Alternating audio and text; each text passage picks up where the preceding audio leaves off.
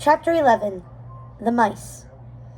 Lady Tremaine was sitting in her room while Rebecca busily unpacked her things, finding a proper place for everything. The carriage with the rest of their belongings had finally arrived when she and Sir Richard were at the chapel. She sat in a faded green velvet chair near a window that overlooked the courtyard. It was lightly dusted with snow, and Lady Tremaine wondered if her journey to the many kingdoms had been longer than she had thought. Surely it hadn't taken more than 2 months to make their journey. Could it truly be winter already? She found herself musing at how lovely it would be for Anastasia and Drizella to have snow on Christmas, like they might have in London, and with that she felt a little bit more at home. Her things didn't look quite right in her new room. It was cavernous and rather sparse with furnishings that looked as though they had been chosen many years before, and they weren't at all to her taste. She sighed and decided to look out the window again, losing herself in the snow-covered garden. She felt very thankful the holiday season was already upon them, and hoped it would bring all of them together as a family. "Rebecca, have you had any luck finding the book of fairy tales now that our things have arrived?" asked Lady Tremaine. "Not yet, my lady. I'll be sure to give it to you the moment I find it," Rebecca said as Nanny Pinch came into the room with Anastasia and Drizella. "Ah, my lovely girls," Lady Tremaine said, reaching out her arms so they could come in for hugs. "How are you, my darlings? I presume Nanny Pinch is helping you get settled into your new rooms?" "Yes, Mama, but we hate it here. Cinderella is rude and the house is empty, and we hate Sir Richard," said Anastasia. "It's true, Mama. We hate it. We thought you were bringing us to a magical place, not some old stone house in the middle of nowhere. We can't even see the castle from here," added Drizella. Cinderella came into the room just then, in time to hear Drizella's complaint. "That's not true, Drizella. You can see a view of the castle from the attic tower." Drizella was scoffed in response. Now, Drizella, be sweet to your new sister," said Lady Tremaine. "She's not our sister," said Anastasia. Nanny Pinch was about to scold both of the girls when Lady Tremaine did her best to create a diversion to appease all of them. "Nanny Pinch, would you mind serving the tea for the girls in here and some coffee for me? I would love to just sit and visit with my girls," she said, smiling at Cinderella. "Now, girls, let's acquaint ourselves better while we wait for our tea, shall we? Sit down, Cinderella.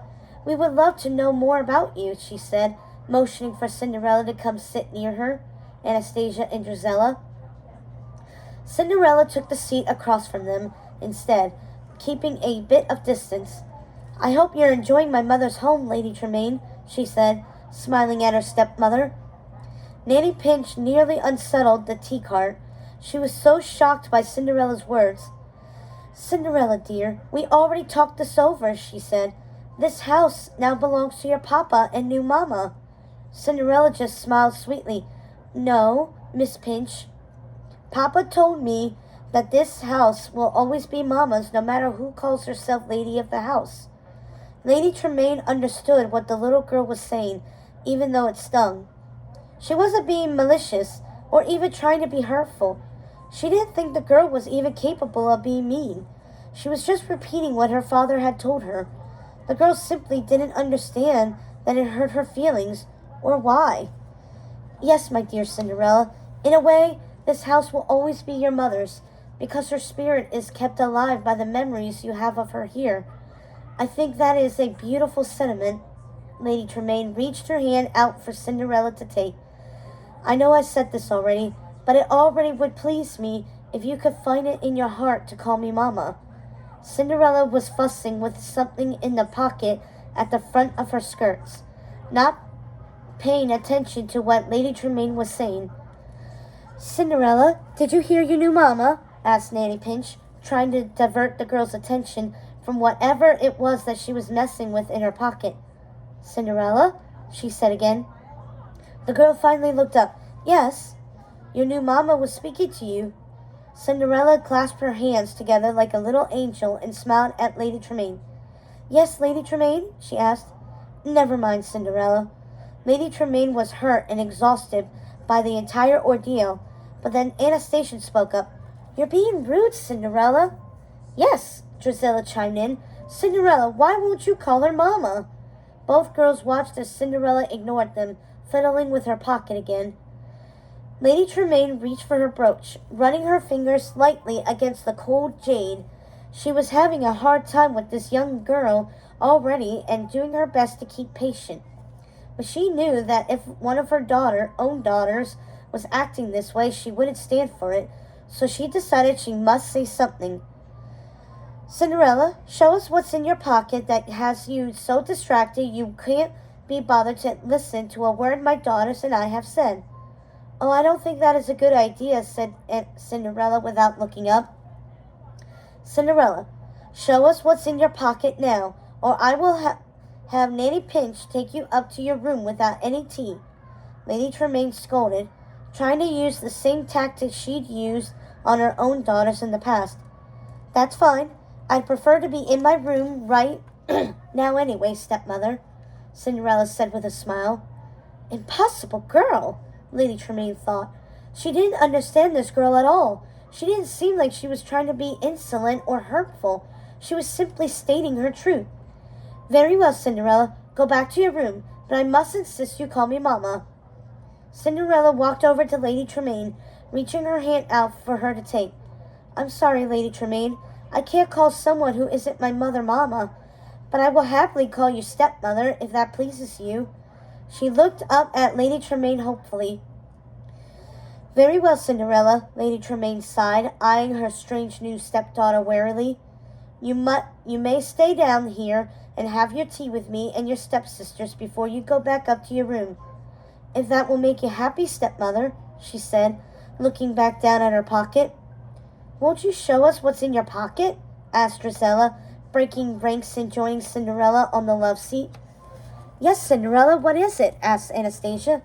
Girls, Nanny Pinch is about to serve.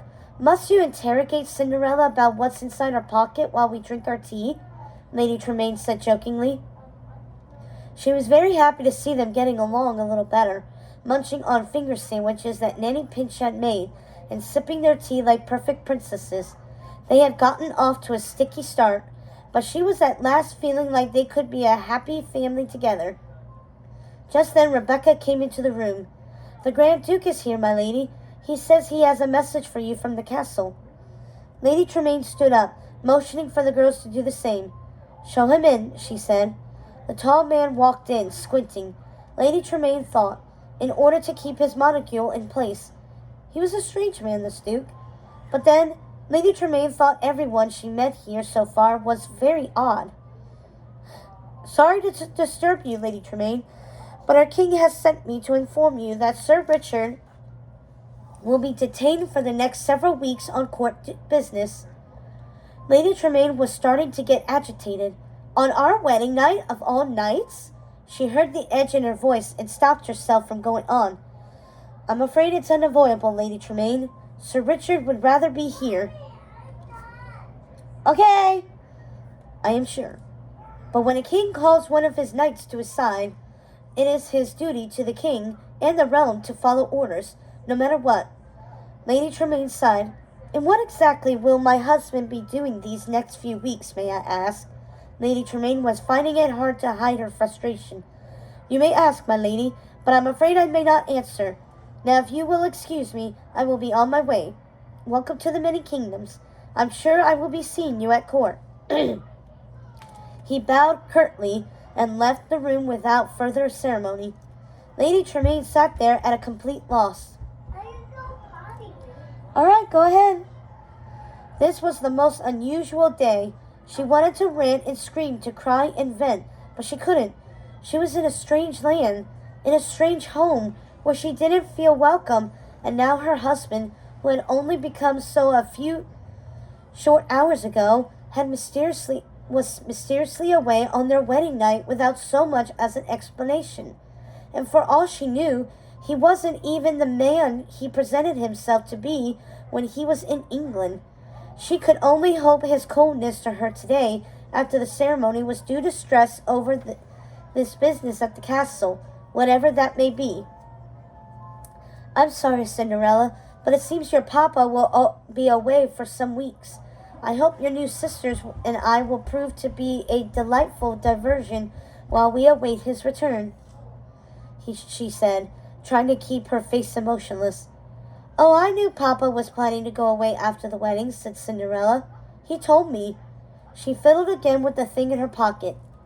What do you mean he told you? Asked Lady Tremaine, with more sharpness in her voice than she intended.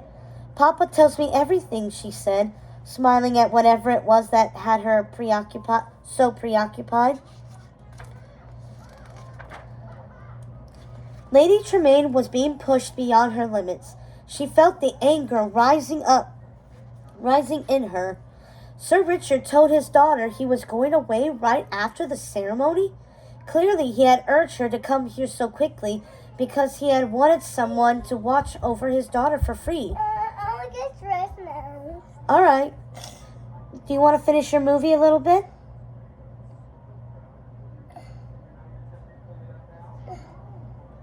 Yeah. All right, go. But could you get me dressed? Yes, I will.